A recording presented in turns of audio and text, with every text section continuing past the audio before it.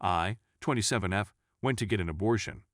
First of all, I would like to apologize for my English. I'm not a native speaker. I've caught my boyfriend/fiancé, 27M, of 8 years having a full-blown emotional and physical affair with his co-worker, 22F. We were supposed to get married in fall. Part of me still can't believe it. It's like my life has been on autopilot ever since. I had always told him that this would be a deal-breaker to me, regardless of the circumstances. You cheat, it's over. I can't believe he chose to throw all of this away for someone he's known for a few months. I come from a broken home. My mom kept cheating on my dad. She even took me with her when meeting AP, and they locked me in his computer store in the evening for their shenanigans. Back then I didn't understand what was going on. I thought he was a friend.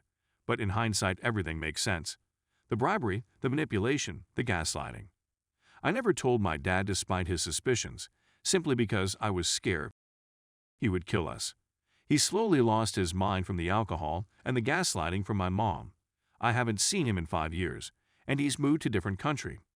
My fiancé knew all of this and even more, but still decided to make my worst fear come true. I have no faith in people anymore. My spirit is completely broken. I can't even put my feelings into words. There's only one thing I'm sort of grateful for. Upon discovery, I still had 2 weeks left to legally terminate the pregnancy, and my first impulse was to immediately get an abortion. I refuse to be bound to this man for life. I never want to see him again, and I will not be a single mom if I can somehow help it, especially since I don't have any support from my family. I feel horrible saying this. Maybe it's the shock, the trauma, but my positive feelings about the pregnancy vanished into thin air upon discovery. At first, I felt relieved after the abortion, but now I'm having second thoughts and I get really sad when I think about what the future could have been like. I hate this, and if a car ran me over tomorrow, I can't really say that I'd be sad. He doesn't know that I know. He doesn't know about the abortion, and I plan on ghosting him as soon as I have the keys for my new apartment. I'm on the verge of collapsing. I can do this. I can do this. I can do this. Story 2. How to keep my relationship anxiety from ruining my new relationship. Examples provided. I, 24F, have been together with my BF, 24M, for about 4 months. In the beginning, I knew I liked this guy LOT. I have had one serious relationship in the past that lasted about 2 years, and then I was single and casually dating for about 3.5 years. No, I have generalized anxiety, and I tend to catastrophize. I am aware of my issues, but usually I am able to manage everything since it has only really affected me the last few years. Now I'm dating someone I really, genuinely like. I feel like I love this guy.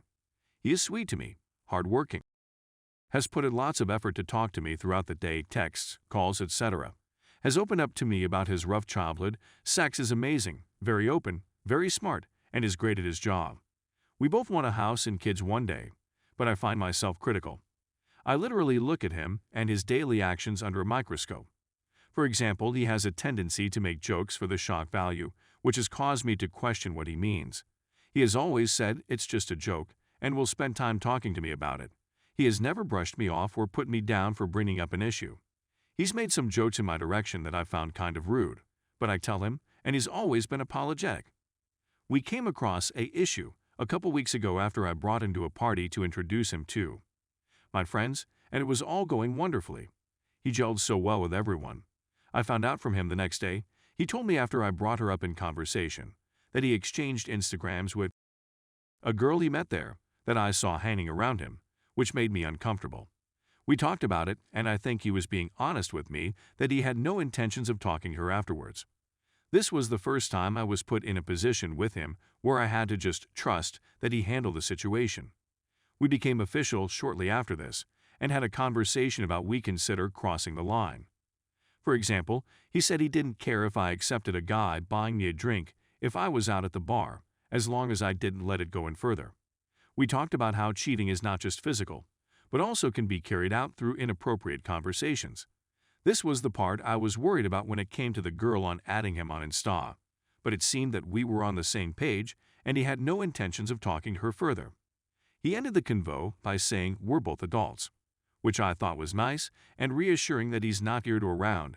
There have been other times where I thought, wow, he's on his phone a lot, and my mind goes to places like, oh, he's messaging another girl, and then I'll think it's okay for him to have female friends anyways, or else I'm a crazy controlling GF. I work myself into a situation where I almost feel like it is real, when it likely didn't even happen anyways! I have no real reason not to trust him. I only have the made-up scenarios in my head, but my mind goes there and I feel it's starting to affect my view of him, which is totally not fair. It's like I see a situation and I assume the absolute worst. I know communication is key, and we do have great communication. But if I brought up everything I thought to get reassurance, he would leave me. Because my brain is messed up, and it makes me sound so insecure. Before being with him, I wouldn't consider myself this insecure crazy girl. I thought of myself as super independent, mainly because I was always on my own and would reject men left and right that I didn't think was suited for me. Now that I found a guy I actually like, I feel weak. Anyways, thank you for reading this if you got as far. I'm hoping someone with some similar experience can give me some advice about how to manage these thoughts. I understand therapy would probs be a good idea, but it's expensive where I am and hard to find someone, long wait lists. TLDR.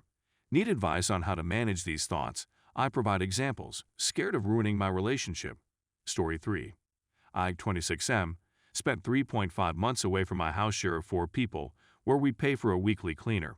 One housemate, 29F, wants me to pay for the months that I weren't there. Should I pay a bit of backstory? We hadn't had a weekly cleaner for our house share for over a year due to the pandemic, but started using the services of one again in May this year. She comes to clean the house weekly on a non-contractual basis, and we take it in turns to pay her in cash. PS 30 per week. I, 26M, live in a house share with 3 other people, Kate, 29F, John, 24M, Dave, 23M. In mid-June, I went to visit my family and stay with my parents, originally intending to be a 2-week visit. However, during those 2 weeks, my dad fell very ill, and to cut a long story short, I ended up staying with them for around 3.5 months until early October. Around 2-3 weeks into my stay, I informed my housemates of the situation in our group chat, and that I was unsure of when I'll return, and that it's dependent on my dad's health. I didn't receive a response to this message, and there was no further correspondence between us until shortly before I returned to the house share to let them know I was returning. I arrived back to the house in early October and resumed paying the cleaner that same month, having last paid at the start of June. Today, I received a message from Kate in the group chat saying that as I was away for 4 months and they covered my cleaner payments during that time, I owe them PS 120, PS 60 to Kate, PS 30 to John, and PS 30 to Dave. None of this has come up in person since I've been back.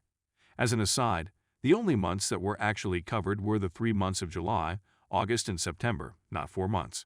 But the question is, should I have to pay them at all for those 3.5 months that I was away from the house? All opinions, advice, and suggestions are appreciated.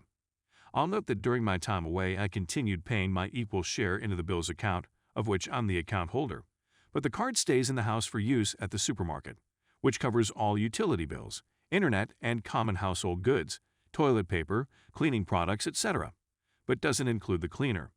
TLDR, we pay for a weekly cleaner and I was away for 3.5 months. Housemate wants me to pay for the months that I was away. Should I pay?